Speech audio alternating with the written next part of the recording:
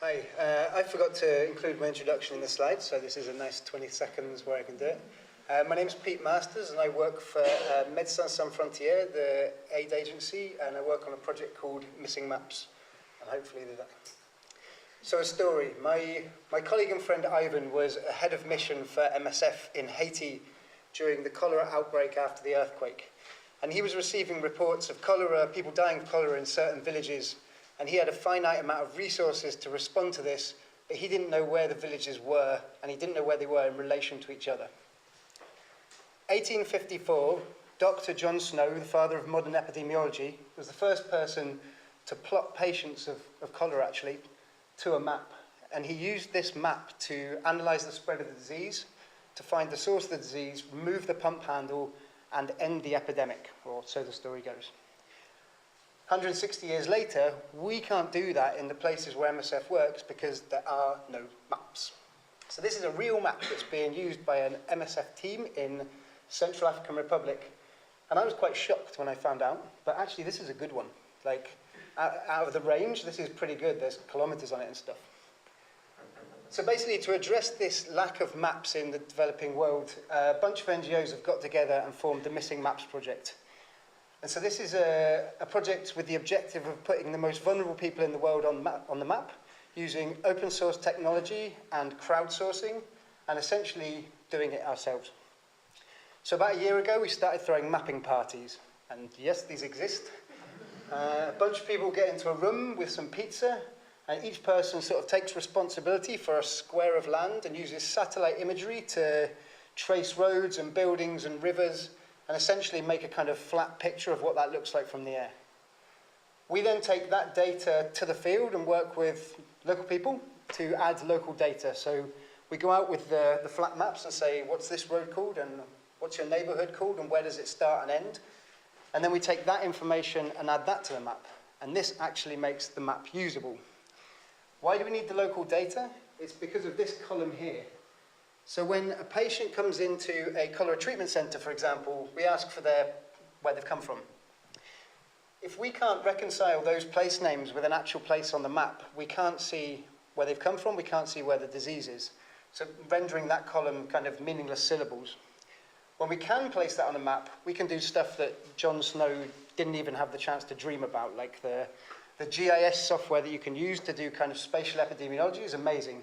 And it helps medics save lives in many different type of outbreak. I can't remember the next slide. Oh yeah, why don't we use Google Maps? So this is Baraka in Congo, and you'd be forgiven for thinking that nobody lives there if you look at Google Maps.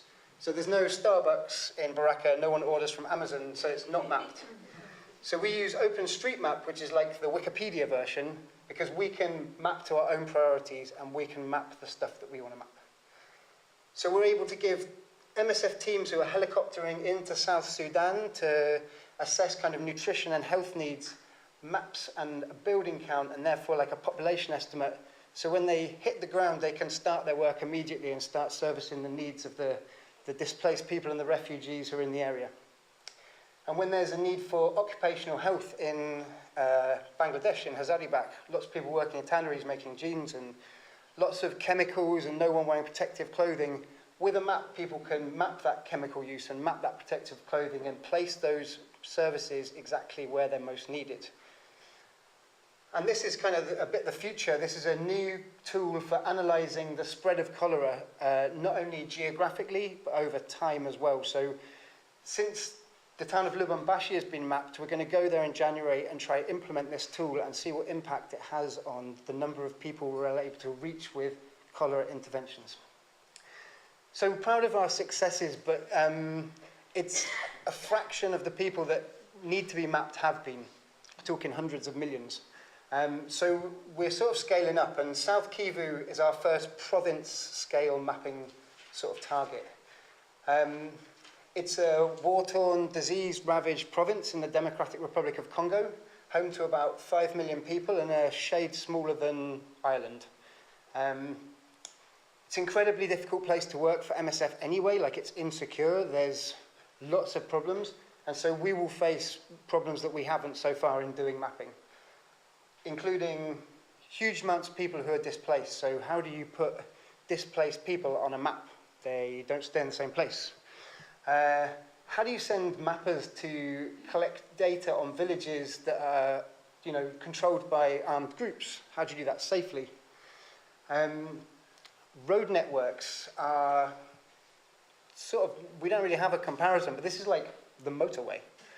How do you get through that? We've got to go long distances to reach remote communities. It takes ages. And the internet, it's a luxury. 2G is a luxury out in the bush. How do you transmit your data back from your mappers who are working hard? So we're trying to answer a few of these questions, and we're trialing kind of sending out motorbike teams to manage to get through the roads, and they'll have these tiny little Edison servers with a Wi-Fi connection so they can store their map data on these servers. But there's loads of challenges still to come, which we need help with. And one of these is to do with the type of mapper. So OpenStreetMap is a geeky place, built by geeks, for geeks, and Missing Maps is bringing in lots of people who want to help, but they're not mappers, they're humanitarians.